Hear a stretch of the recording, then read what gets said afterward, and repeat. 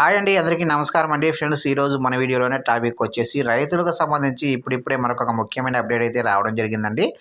ఇక్కడైతే చూడండి ఫ్రెండ్స్, ఏపీలో రైతులకు జగన్ సర్కార్ శుభవార్త. అకౌంట్‌లోకి డబ్బులు అంటూ మనకొక లేటెస్ట్ అప్డేట్ అయితే వచ్చిందండి. అయితే ఇందుకు సంబంధించిన పూర్తి డీటెయిల్స్ అయితే తెలుసుకుందామండి. వీడియో ఎక్కడ స్కిప్ చేయకుండా చూడండి ఫ్రెండ్స్. అప్పుడే మనకు పూర్తి సమాచారం అయితే అందుతుంది. ఇక లేట్ చేయకుండా వివరాలకు తెలుపుదాము.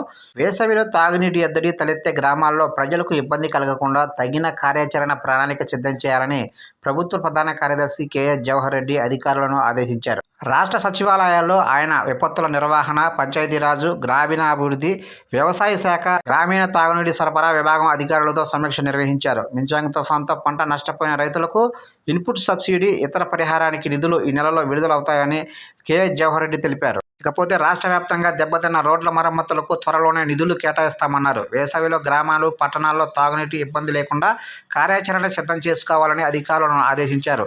కరువు ప్రభావిత ప్రాంతాల్లో ఉపాధి హామీ పనుల కల్పనకు చర్యలు తీసుకోవాలని సూచించారు. ఇకపోతే వాస్తవానికి సంక్రాంతిలోగా రైతుల ఖాతాల్లోకి ఇన్పుట్ సబ్సిడీ జమ చేస్తామని ప్రభుత్వం తెలిపింది. కానీ కొన్ని అనివార్య కారణాలతో సాధ్యం కాలేదు.